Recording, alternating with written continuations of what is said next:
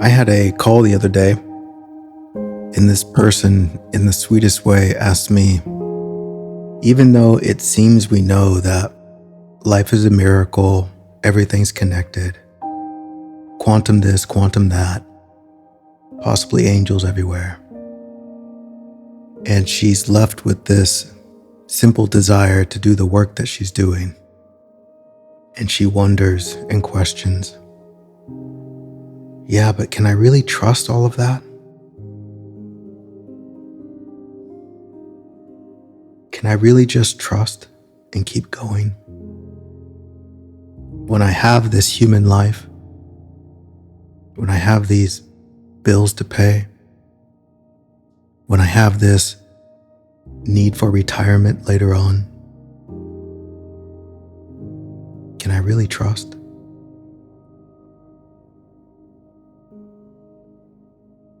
It broke open a beautiful conversation where we explored, well, what is trust? What do you think that is? If someone were to say, I'm going to go down this path and I really want to be famous and I want the world to love me, can I trust God enough so that will happen? Is that what trust is? That we trust so hard that somehow we get what we think is the answer? We can trust so hard that if we keep going, then everything will end up how we hoped it would be? Is that what trust is for?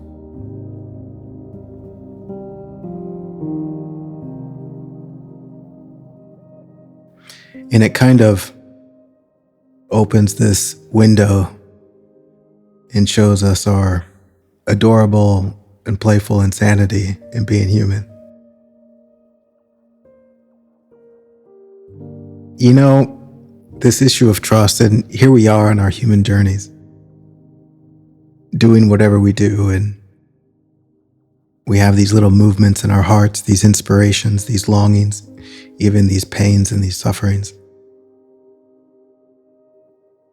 And it's hard, at least for me right now, to put it into words.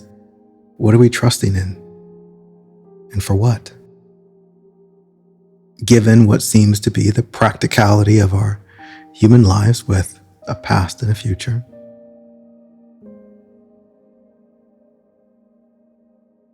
And let me just speak to this in the only way I can, which is looking at my direct experience. There's plenty of moments where I think I'm trusting. Then I find out, oh, that's not what trust is. But in taking into account all of these things, being human and whatnot,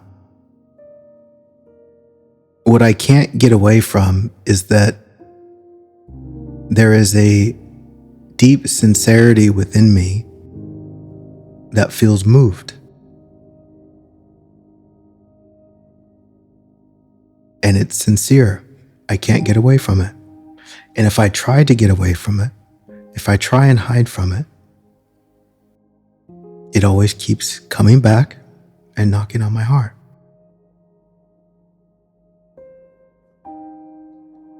And so what I see in that as it relates to the direction of my life, what I should do or what I shouldn't do,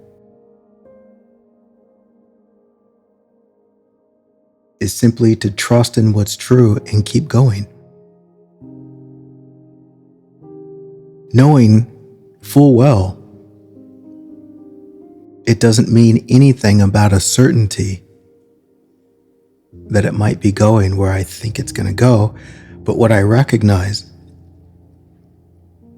is that at least I'm living in alignment with what's true. Because I know what it's like to not. And I'll tell you what, if somebody guaranteed me a particular outcome in 20 years, but I had to lie, cheat, and steal my way there, no. Do you see how that would just destroy your soul in the process? you would absolutely take the uncertainty of tomorrow if it meant you can move in what's true.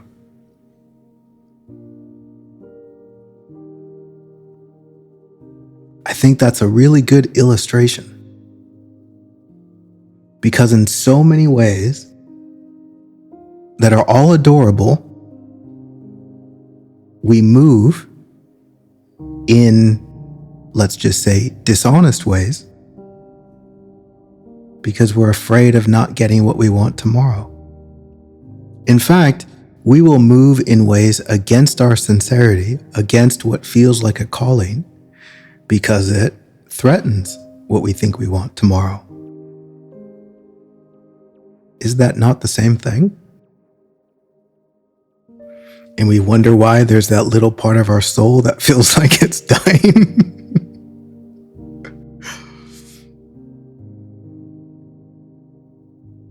And, my goodness, silly words. In one way, it's like I ask myself, what the fuck am I even doing here? On this planet? How is this even happening? Why am I here? And then I find the reality, well, I am here. What am I going to do? And you know what's kind of funny? Is that in that landscape of freedom and permission that kind of says just be yourself, what I find in my authentic humanness is that's kind of hard.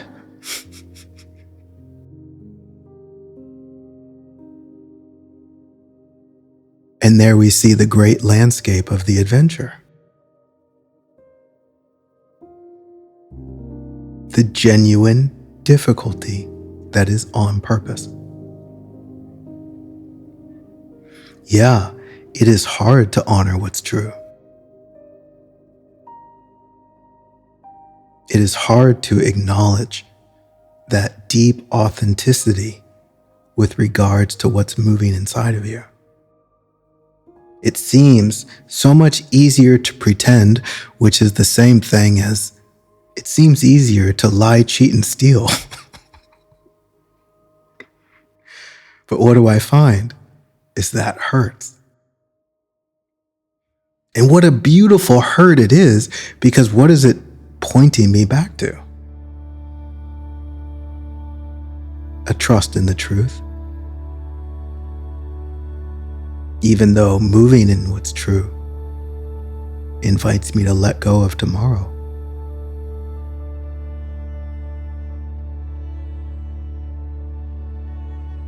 So there's my choice.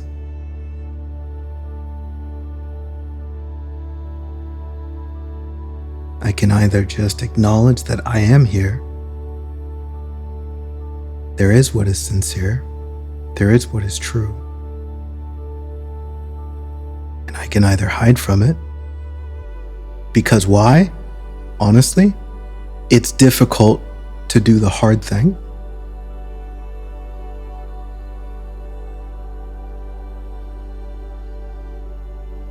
Because I see that I'm terrible at doing the hard thing. Even if that's showing up in a way that, let's say, my soul asks me to show up.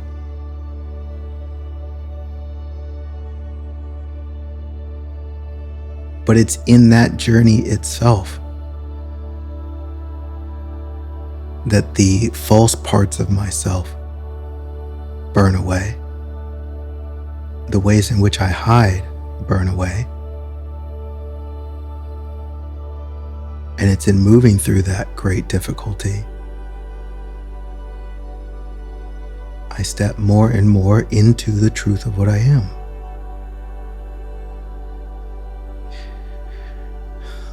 And in some parts, sacrificing everything I think I want in the world.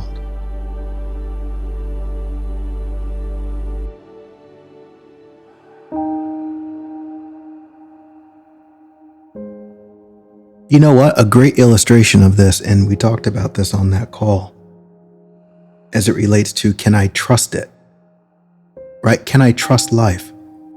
And the analogy we explored was somebody on a health journey where, let's just say they have this profound realization, holy shit, I am not taking care of myself and I'm getting sick and I can't function.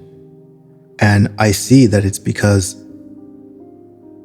I'm lost in this, let's just call it an apathy that really avoids the hard things. Because it's really easy to be unhealthy until it catches up with you. And so we think, gosh, I'm going to go on this journey and take back control of my health. Can I trust? And here's the thing. There is a miracle of biology that says if you start putting real food in your body and you move around a little bit, you will start to experience more health. But you know what that trust isn't going to do? It's not going to do the hard work. It's not going to make it go faster because you're being spiritual about it. It says there is already a system in place that supports you in your sincerity, that desires to be healthy. And in other practical ways, there is a system in place that says if you add genuine value to the lives of other people, it will support you. But guess what? There's a system in place. And sometimes it's kind of hard. Right? Just like getting outside and moving your body. I don't want to do that. Sometimes it's not stopping at the restaurant. I really want to stop there. It's so hard not to. Well, what's the system say?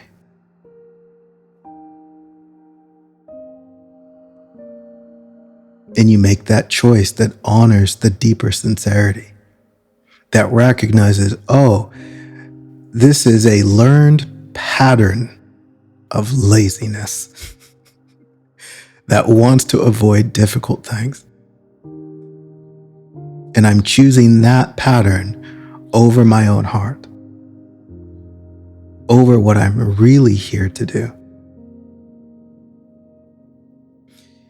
Again, this is the same with relationships. You see, it's all the same thing. It's a system. Yeah, you can trust it, but it doesn't mean it's going to be easy, which is actually kind of beautiful. Because while you're here on this planet, it gives you something to fight for. And what's more beautiful than fighting for the truth of what's in your heart and facing yourself?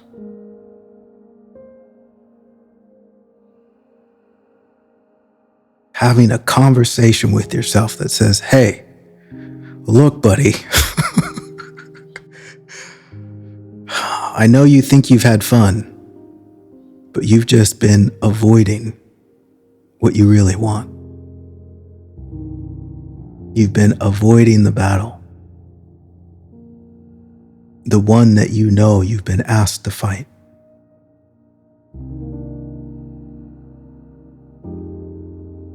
I think it's time we show up for that fight.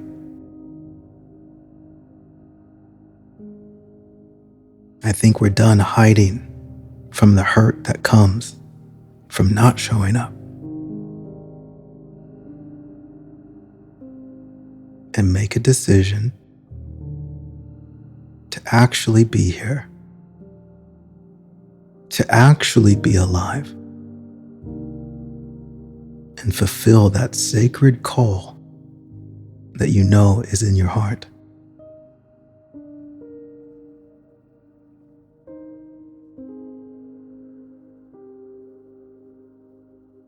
And yes, I know. Sometimes you wish this spirituality thing could be butterflies and rainbows the whole way there. But as it's been personified in all spiritual traditions, there is some flavor of a war going on, some epic battle. Call it good and evil, call it conscious and unconscious, whatever you want to call it. But there is very clearly an invitation for us to turn the light on and take it in to the darkest places that exist within us. And for me, that's what makes being here worthwhile.